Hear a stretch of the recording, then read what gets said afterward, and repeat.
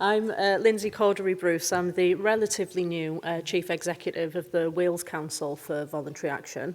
I say new, it's been about 6 months in post, but I'm going to make sure that I ride that new card for as long as I possibly can. I'm delighted to be invited to just give an introduction to our panel discussion this morning, and I just want to give you an overview of what WCVA has been up to since I came into post, and then we're going to have a really rich discussion about the state of our sector in Wales. So as I said, this 6 months in post. My background is homelessness. I used to be Chief Exec of the Woolwich, and before that I've worked in a number of different drug and alcohol organisations, prisons, you know, all the glamorous scenes. And I've really enjoyed sort of being exposed to new parts of the sector that I never was exposed to before. Kids doing awesome things, and nature projects and species protection, and some of the things that I just wasn't exposed to before. And I'm just absolutely in love with charities. I absolutely love our sector. I love everything that it stands for. And I love the role that WCVA has in strengthening our sector and making sure that we can have a bigger impact together. So for those of you who maybe aren't familiar with WCVA or what we've been up to lately, we are the national membership body for organisations in Wales in the voluntary and community space. And what that means is that we get to manage the relationship between charities and government. It means that we work very closely with our county voluntary councils, and they look after the local, we look after the national. And I really see WCVA's role of moving things out of the way so that the local magic can happen. Locally is where the volunteers are. Locally is where you're doing face-to-face work with communities and people that need it. And I think our role is really to see how we can strengthen that, how we can facilitate that sector, how we can make sure that there's a fair deal for charities, and make sure that we're no longer just getting the crumbs that fall from the table, that we are at the heart of decision-making, and that we're treated as a valued and equal partner. I think for too long charities have been Sideshow Bob, if any of you watch The Simpsons. I think for too long funding has been allocated, and charities are kind of the forgotten part, or the people that are brought to the table last to consult on new initiatives and things for the community, when actually we are the community. It's really interesting. If you go to countries like Germany, they don't really have a voluntary sector. They see it as a failure of government, where I see it really, really differently. I see it as a really positive and active community if you've got charities. Before charities, people just helped each other. There's always been that in Wales. It's one of the things that I love about it, one of the reasons I came here and one of the reasons I'm going to stay here. There's a real magic, I think, to positive social action, people helping each other out. But if we can put shape around that and infrastructure around that to make that a tidal wave of influence for government, then I think some really, really cool things can happen. So at WCVA, we exist to do three things. We connect people together, we enable charities, we allocate funding, we help people with their policies and their governance and all of those sorts of things, and we influence. So one of my strategic priorities coming into post is about getting ready for the 2026 elections. I sit on a lot of civil society groups in UK spaces and stuff, and one thing I noticed with the Westminster elections, civil society didn't get one mention in any of the manifestos when they were going through that process at the time. I'm really determined that doesn't happen in Wales. When we come to 2026, I want all political parties to be really, really sure that they can't achieve anything without our sector. I'm really interested in some hypothetical questions as well about what our sector provides. Have you ever wondered what would happen if we just all stopped for 5 days?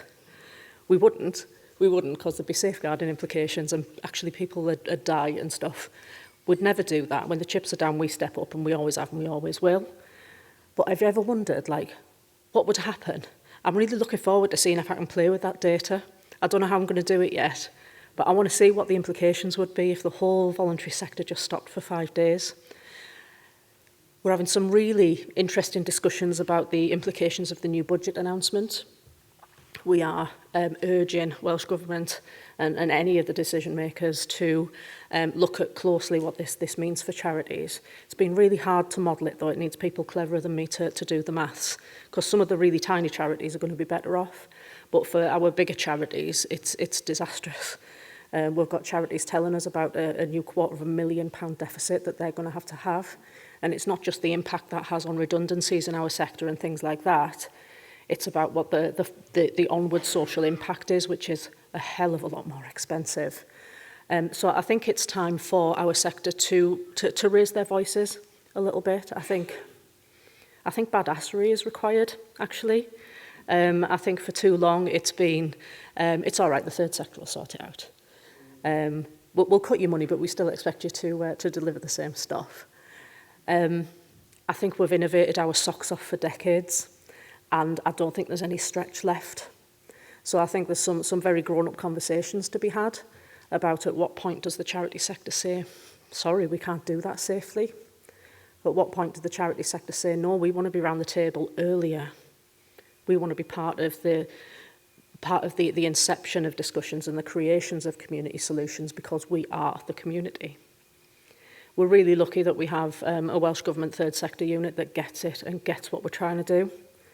That isn't necessarily resonating throughout government, though. So there's a lot of work to do.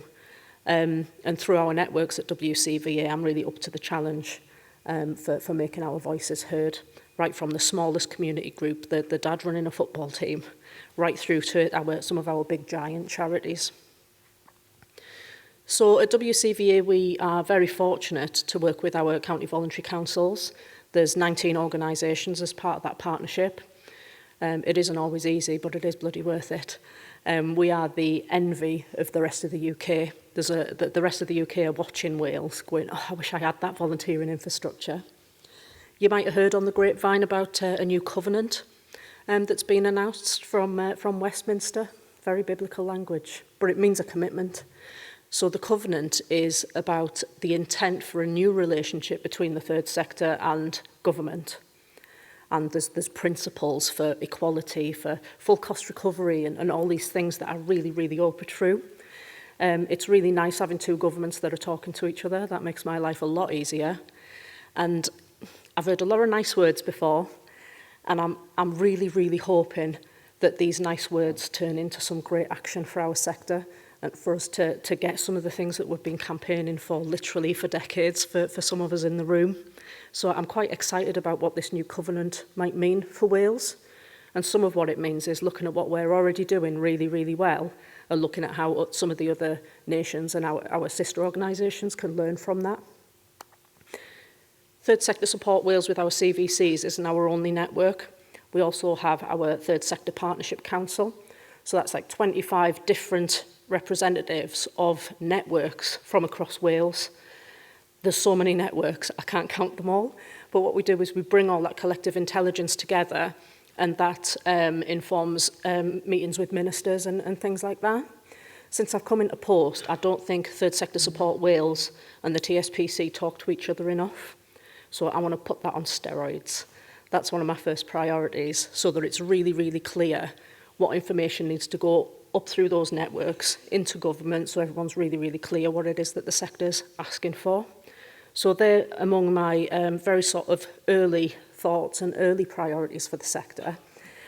But I'm really interested to see what our gorgeous panel think. There's a lot going on in the sector. There's a lot to consider. So we have Elgin, who you've already met. We have Kirsten from TAPE. And we have Margaret from St David's Hospice. Diolch yn fawr iawn for joining us. I'm going to just invite you all to make a bit of an opening statement. Like, what have you seen in the sector? Like, what's on your mind? And I'll come over there and talk to you. So I'm Elgan Owen, Chief Officer, still new. It's not a year yet, so I'm still definitely new. Chief Officer of CVSC. For me, it's, working at a CVC day in, day out, the variety of our work is epic. the opportunities we see, but also the challenges. It's very much, you know, at the moment, we're very much seeing organisations come to us at crisis point when the funding has dried up, looking for that little bit to keep them going. We're seeing a lot of really complex governance issues. Don't know my team at all in other sessions, but with the governance, it is very, very complex. We are dealing with a lot of organisations where trustees have moved on. Yeah. We're not sure what the management structure is, who owns what. Very complex, working closely with Charity Commission on quite a lot of them, which is really nice to get that support and advice from them as well. And we are seeing them locally and nationally, I think, is that burnout element. Yeah. You know I definitely started the year running at 110%. By now, I've definitely had to rein that in a little bit. I'm not sure if you feel the same coming in new. I definitely hit the ground running far too fast, and by mid-year, I was like, whoa. So I think that's whizzing quite widely. I know quite a few people who have stepped away from positions of responsibility this year. Yeah. Because it is becoming too much. I think a thing for our whole sector is that we're already starting from a deficit position. Yeah. Like when I know we keep harking back to the pandemic, but it was a line in the sand for us. I was running services back then, and services that don't close. And it's kind of like what I've observed is that staff are so depleted, volunteers and trustees are so depleted from that time, and just haven't had a chance to catch our breath before we go into the next emergency. That it's like there's just no time to recover before you're hit with the next challenge. You know, our staff love their jobs. They're all working far too much, far too hard. I'm trying to lead by example on that. It's hard though, isn't it? But yeah, absolutely. You know, well-being is very much in our focus this year. Yeah. Trying to get staff to balance things a bit better. Says he who moves house the same week as an AGM. Don't do it. Thinking? Don't do it, people. You need some sweets, there you go. Yeah, thank you. So yeah. Thank you. Kirsten, what are your reflections? My name's Kirsten Buchanan. I'm the Creative Inclusion Manager for Tape Community Music and Film. We're based in Old Colwyn, but we kind of work across Conwy mainly, but Denbighshire and other North Wales counties as well. It's really, really interesting to hear, and I'm sure it's probably echoed throughout the room, very, very similar kind of feelings within the organisation, kind of responses as well. I very much feel that the work that we do has a really, really kind of key impact on individuals and kind of their smaller communities, their families. But for us working in the sector, people are working there because they care. Yeah. They want to be there, but absolutely there was kind of the impact on sort of health and well-being. Definitely, I think people are working very hard because they're invested, they're personally invested in the work that they're doing. But that can only go on for so long. So yeah, I think health and well-being for staff is a really key issue. And I think for us, you know, pre-Brexit, we've had a great relationship with WCVA, and I felt that there was a kind of continuity of funding and reporting really, particularly around kind of European Social Fund funding. We had a good degree of that, and that was really beneficial for us. Now I think we're probably taking on sort of some smaller pots, some bigger pots of funding, but I think because there is not a continuity of reporting for that, the impact on staff in terms of having to evidence the impact, different deadlines, that in and of itself, I think for us more recently is something that's had an impact as well. The kind of insecurity within the sector in terms of the funding, I think they're sort of some of our key issues. Yeah, I'm hearing that. I'm seeing a lot of nods around the room as well, so I think that resonates across to many people. We've been really fighting hard to get multi-year funding for charities and to get the potential cliff edge for what happens when it ends really recognised as an emergency, as the emergency that it is. So if your funding ends in March, you've got to give redundancy notices by January, which means anybody with their salt is going to be applying for jobs October, November, and the backside falls out of your service, and that carries risk, that carries safeguarding risk. Margaret, go ahead. Hi. Morning, everybody. So my name's Margaret. I'm Commercial Director at St David's Hospice. So we provide respite and end-of-life care to people living in Conwy, Gwynedd and Anglesey. That's adults. I think to give a snapshot of our sort of challenges at the moment, there's a greater need for our services. We're a rural community, so we run our services over 3 sites in Holyhead, Bangor and in Llandudno. Palliative care isn't cheap. I think Betsy Cadwaladr get a really good deal out of what we do, and patients get a really fantastic service, so that's the real plus side of things, and that hasn't faltered throughout. We were the only hospice in North Wales to remain open during COVID, so we've really pushed hard to keep our service going right the way through. But I'm hearing similar challenges. Elgan, you've stepped into a CEO position. We're actually currently without a CEO, so our CEO left the sector and his role as CEO about 4 or 5 weeks ago. Yeah. So personal challenges, we're trying to run the hospice as a senior leadership team of 5. Obviously that's an interim, but that puts pressure on the existing team and resource. And yes, it's this gaping hole of funding it's not been resolved in the entire sector. Hospices, we've got our own fight in the UK as well, so there's a lot going on. We did expect some mention in the budget, that didn't happen. So we are left with uncertainty, I think it's fair to say, and balancing your resource. It's budget time for us, so our financial year is January to December, and that gap's just getting bigger and bigger, and even bigger since the budget. So at some point, I think I echo exactly what you said in your opening talk there. At some point it's unachievable, and we have to dictate that point now and say, actually, no more, we can't do this any longer. And I don't think we're far off that point, actually.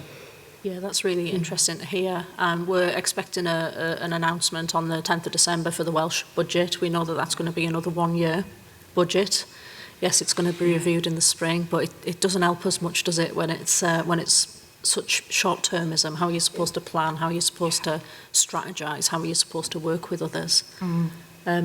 What do you think about the short-termism of funding, Elgan? Yeah, and as somebody who manages community benefit funds as well, it's like we are trying to encourage groups who apply to us to think longer term. We have 4 community benefit funds at the moment, so we have Gwyntamore, Rhyl Flats, North Hoyle and Clocainog, mix of onshore and offshore wind farms. Those funds, are available to local groups over multiple years. So we're really trying to push that. Actually, you don't need to be coming in for, 1 year at a time. Try and think more strategic. But it does take time. It takes time and effort to make those multi-year bids. We do have a really good grants team at CVSC. And they work really closely with groups. But we have to see this multi-year funding available from local authorities, from the health board, from Welsh Government, 1 year at a time. You lose good people on a regular basis. So one of the things that I've been really, really worried about, we've seen a lot of sort of civil unrest and stuff across the UK lately. And I think, for all I'm really, really proud that the counter-protest showed up and showed that hate has no place in Wales. Actually, some of the atrocities that have been committed in England were from people from Wales. It was a Welsh guy that hurt those little girls. It was a Welsh guy who rammed that van into people. I'm worried about if charities are compromised, what that means for the cohesion of our communities.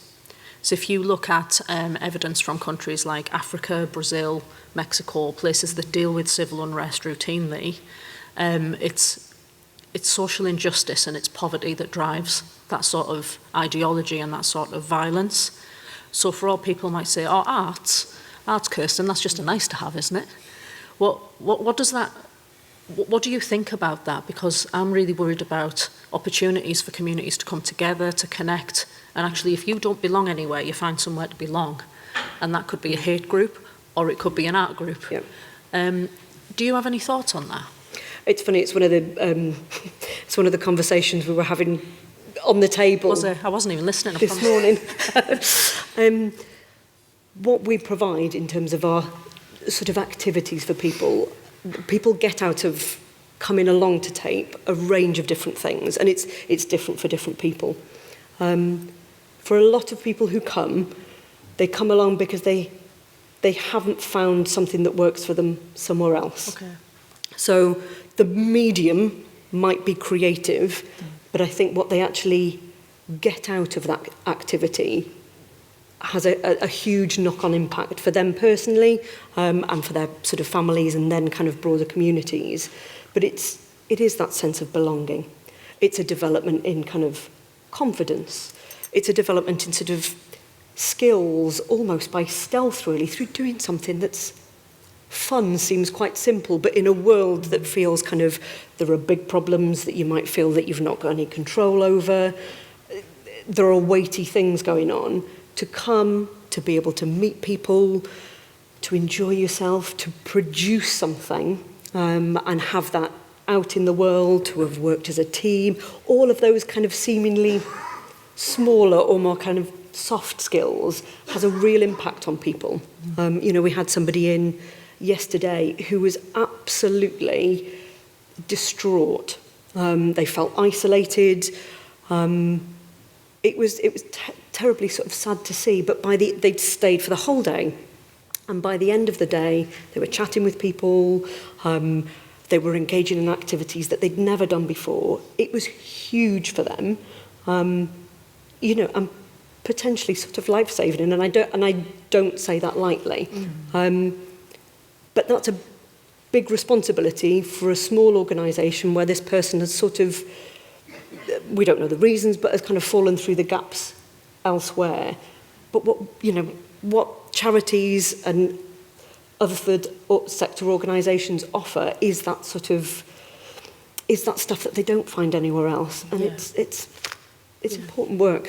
I think it's charities like yours that are kind of doing the stuff that everybody wishes they could do, but are often so constrained by contracts and things like that they often can't. It's what social prescribers are looking for, Yeah. is those opportunities. And if they're not there, then there's nothing to socially prescribe to. Yeah.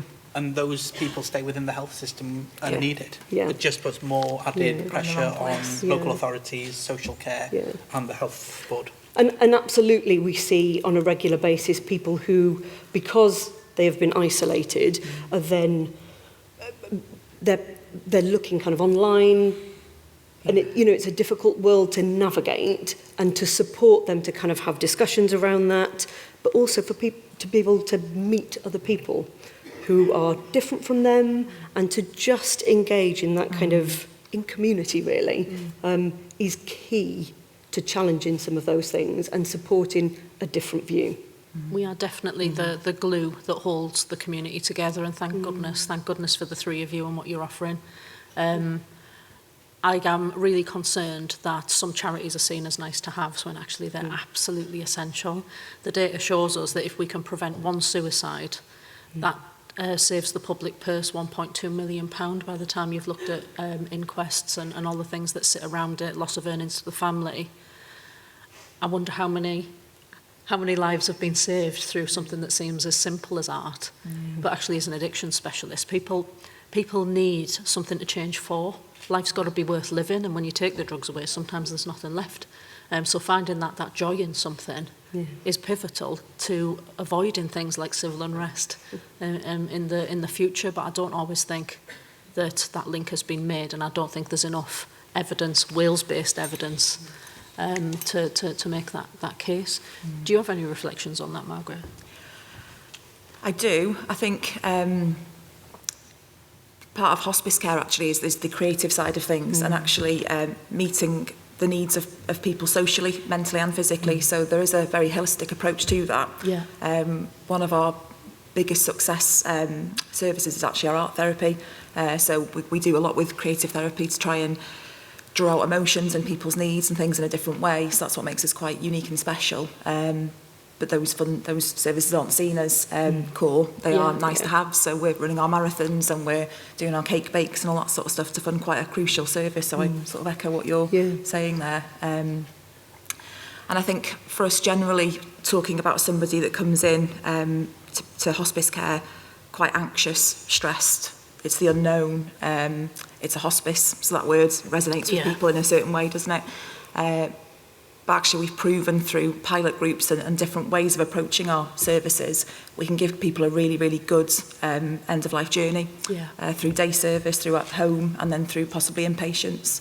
And we scoop those people up, and I have no idea what that cost would be to society, to the health service. Perhaps that is the next step to make that calculation. But actually what we do is deliver a really core and good service that really does scoop people out of probably who knows what. What you offer is remarkable. I'm interested in your observations on like community fundraising as well, because for many years we know that there isn't enough money from contracts and things like that. So a lot of charities do top up from your marathon runners and all of those sorts of things. What's the state of the sector in relation to community fundraising, do you think, at the minute? So,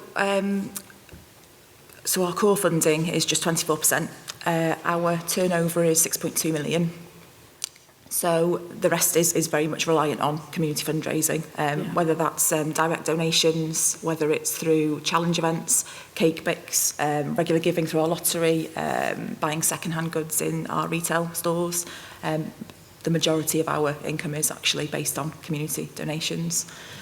So we're paying our national insurance and everything else, and then we're actually fundraising for core services as well. And obviously that's not just hospices, that's my sector, but that's for a lot of core other services as well, isn't it? So we've got a cost of living crisis, and we've got charities who are relying on people to give money. How does that work? It's not quite working anymore, really. It doesn't? No. And something significant has to change on the funding side of things to keep these services at the level they are, really. I think that's where we're at, isn't it? Yeah. Any other comments on community fundraising and the cost of living crisis for anyone else? St David's Hospital are actually kindly running a session for us today on fundraising through challenge events. Because you do have a really good calendar of events, but obviously there is so much work that goes into organising those. Having attended a couple of your events this year, you know, they're really well organised, well run. But, you know, they are essential, aren't they? Just to keep the lights on. You know, and it's, you know, St David's Hospice, 25 years this year. 25 years, So, you know, you're a proven, you know, organisation. It shouldn't be a question about funding them. No, it shouldn't. You know, 24% is disgusting. And I think the added challenge, you alluded to sort of well-being and burnout earlier. So some of my colleagues that will be speaking later are here from the fundraising and marketing team. It's that passion and ambition that drives us in this sector, isn't it? But when you see targets and not quite meeting them, and then this funding gap and everything else and all the external financial pressures, it definitely takes its toll. And I think, you know, we want to keep good people in the sector, and we want to keep that sort of passion and drive, but it's just quite difficult conditions and seem to be worsening, unfortunately, from the statutory sector. I think that's a key challenge. Yeah, it is. And another thing that I'm really worried about, I'm generally just quite worried about charities, is the impact of burnout on staff, especially in places where you are managing risk. As you become more and more burnt out, you suffer from something called compassion fatigue, which means that people get so burnt out that they have to stop caring to protect themselves and to protect their own psychological well-being. And I think nobody wakes up one day and says, right, I'm going to commit malpractice today. It's insipid and it creeps up on you and it wears its way at your team, and before you know it, you've got like a care home crisis or something like that. So I think we've really got to work together to make the case that if we don't look after the people who look after the people, really, really bad things happen. We, you know, I as a Chief Officer of the CVC really benefit from having TSSW there, in that I've got other Chief Officers who are facing the same challenges that I speak to on a regular basis. I can offload, we can share our problems. It's something we've been trying to set up in Conwy, is a little bit of a sort of Chief Officers network, because, you know, it is quite a difficult job. It's quite isolating. You know, there's a lot of pressure. So it's building on what the support I get through TSSW and speaking to mostly colleagues in North Wales, really, because we're all so close. But we have been trying to set up a similar network for Chief Officers and, you know, community leaders in Conwy. But again, it's finding the time. because that is the other thing that we're all really poor on, is time. Yeah, very much so. I just wanted to ask you about how you're finding like staffing your teams, not just with paid staff, but with volunteers as well. What's the state of the sector in relation to staffing?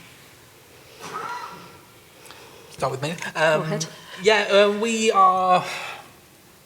This year has been a little bit of a struggle when it comes to recruitment. Had to re-advertise a couple of roles, a couple of times. We work closely with our local authority on a volunteering project that's been really, really fantastic over the past 18 months, called Amdani, and is all about making cultural volunteering opportunities accessible. Amazing. So as part of that, it was removing the barriers to volunteering. So the budget included things like a budget to pay for personal assistance to help people in volunteering. You know, costs towards paying for transport to get volunteers to more rural communities to do volunteering. So that's been really fantastic. But yeah, I think I'm getting weekly emails from organisations saying, can you help us push this recruitment? We have had to hold back funding on a couple of occasions this year to organisations that just haven't been able to recruit into the role. It's like, well, if you haven't got somebody in the post, we can't release the funds for you. Yeah. And we don't like holding funds.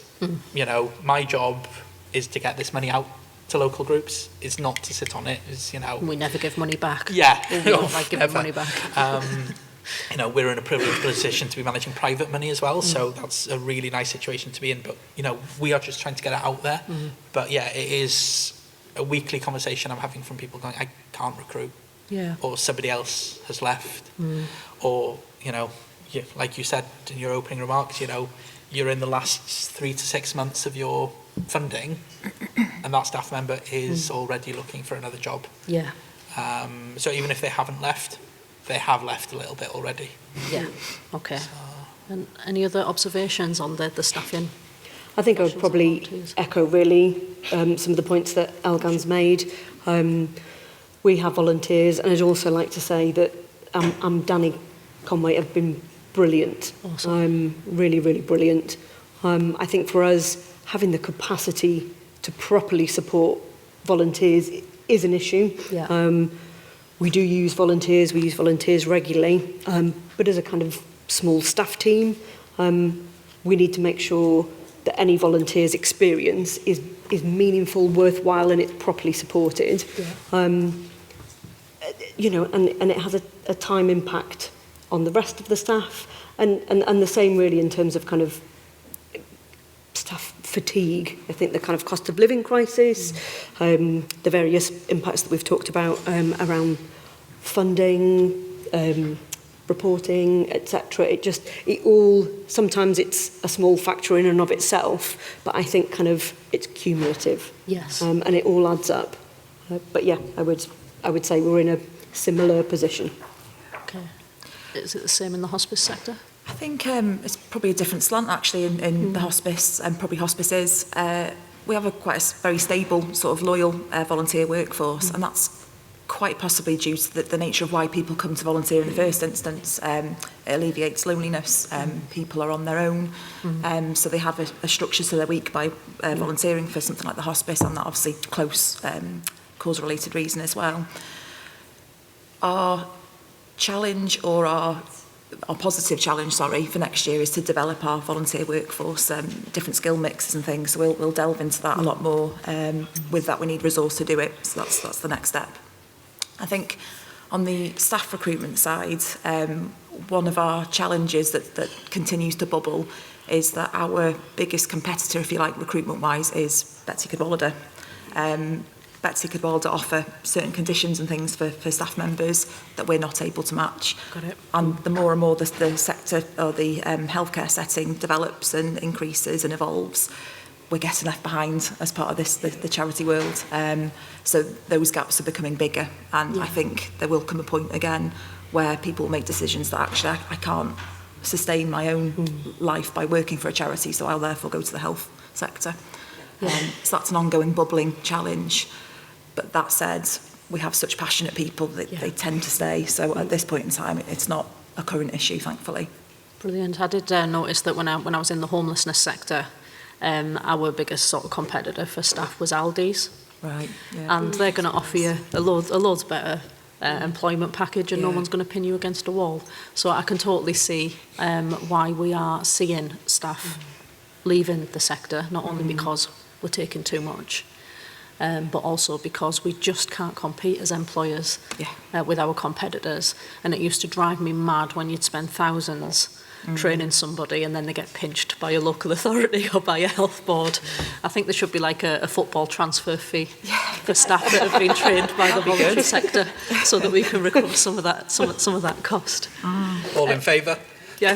Yeah. Motion passed. Right, I'll get that in front of the Cabinet Secretary, no problem. We've talked a lot about the state of the sector and the challenges of the sector. I don't want to end on that, because there's still magic happening every day, and we're still seeing lives that's saved. We're still seeing people finding joy. We're still seeing people find connection that didn't have connection before. What are the best things about the sector in your view? What are we doing well despite the challenges we face? Most things, if I'm honest. There's, I do get weekly emails from groups we funded, groups we found volunteers for, about the work that our staff team are doing. Don't get many complaints. If they are, they're about me. My predecessor, 14 years, no complaints. Me, 1 year, 1 complaint. Oh, well. Just one? Yeah, just one. So,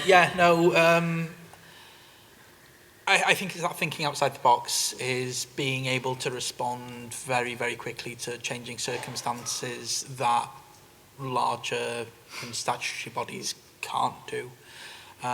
Especially something that we saw internally during the pandemic was the speed that we could react to situations and launch new grant funding schemes within 2 weeks. To get that, anywhere else would be very difficult. Yeah, we're all, because money is so tight, we have to think of alternative ways of doing things. So I do think that, we work very well thinking on our feet and pivoting to changing circumstances. And it does seem to be a weekly occurrence that we're having to pivot. Oh, yeah. An extra burden of national insurance for next year's budget. And again, already we're thinking, actually, where can we cut cloth? Where can we bring in additional funding? So, that for me is what we do well, is just that adaptability. Agreed, Elgan, really. I think for us as an organisation, I think it's having committed staff care. We've talked about some of the pros and cons of that, but it is a real pro for us. Our staff enjoy what they do. And I think it's that ability to be very person-centred and sometimes meeting people where they're at in a way that they've not been offered that support perhaps somewhere else. And that's really meaningful for people. That's huge in their lives, whatever it is for them. So it's kind of a commitment and an enjoyment on both sides, from the staff and from the people who come along. So that for us, I think. Amazing. Margaret? I think the big positive that covers the sector for me is the resourcefulness. What we can do with our little resource is phenomenal, and that the reach and impact of all of our organisations is so huge. I think with a bit more understanding from maybe the statutory and public sector, maybe with that bigger voice and us pushing things a bit further as a sector could be really positive. I do see this financial crisis as temporary. I'm sure hopefully we all do, and we're optimistic about change. But hopefully we're better set for when those changes happen, and we can do even more with our resource because we've been so careful and measured at this point. Like Elgan said about our sort of adaptability, that's proven across the sector. So I think hopefully there are really good things to come. We've just got a bit of a crunch to get through, haven't we? Yeah. It's really interesting you say that, actually. When I very first became a leader in Wales, I did this course, and there was loads of corporate organisations on it, and I thought, oh, what a privilege, a charity, going to learn from the corporates about how to do things really well. And what I saw was I was teaching them. Because we have to do things tight. For me, one of the favourite things that I have about the sector is just the little things that you can't always measure, and that aren't always captured in our reporting and all that sort of stuff. There's a guy who walks around Cardiff that I see almost daily. He's been out on the streets so long that he's got moss growing out of his leg. And for about the last 6 years, every time I've tried to engage him, he's just told me to F off. And one day I offered him a coffee and he said, yes, please. Oh. And it's like, you can't write that down on your spreadsheet, can you? Yeah. You can't put a price on those sorts of outcomes and how it feels to connect to somebody like that. I saw him on Saturday and he told me to F off. That's normal. Yeah, but he really likes penguin biscuits, so that's my secret weapon. But yeah, it's those little things that can't be measured, that don't make the reporting. But I do really like what you said, Margaret, about coming together and feeding back so that government knows what's going on and so that decision makers know what's going on. And it connects back to what I was saying early on about using the Third Sector Support Wales partnership and the Third Sector Partnerships Council to say what are our key messages from the sector, what are we hearing, what is the evidence saying to us, and then figuring out where those messages go. So they might not all make it to the ministerial meetings, but what I'm really interested in is making sure that those messages go somewhere and using the massive influencing power of those networks to say, if I can't get it through to a ministerial meeting, where does it go then, to make sure that the voices of those volunteers are heard. So that's my cunning plan. I feel like I should do an evil laugh, but I won't. You can do it for me. Okay, any final thoughts or closing statements? We've got 1 minute left. I'd like to say thank you for the opportunity to join in this conversation. I think one of the things that I've taken away from it is the importance of this as an opportunity, because I think strategy is key, isn't it, to making the current situation for our organisations heard. I mean, I think that for me is really, really important. Yeah, I think there's a lot of noise out there for individual sectors within the sector, but I think for me it is temporary, and as always we'll focus on what we do really well. We will pull together and pull through it. So a message of hope. Hope, definitely. Yeah. If we haven't got voice. hope, we've got nothing. Yeah, definitely. So yeah, I think that's the key takeaway. It's hard and it's not going to get easier anytime soon, but I think we've got what we need to get through it. Yeah, definitely. Can we give a big hand to our awesome panel?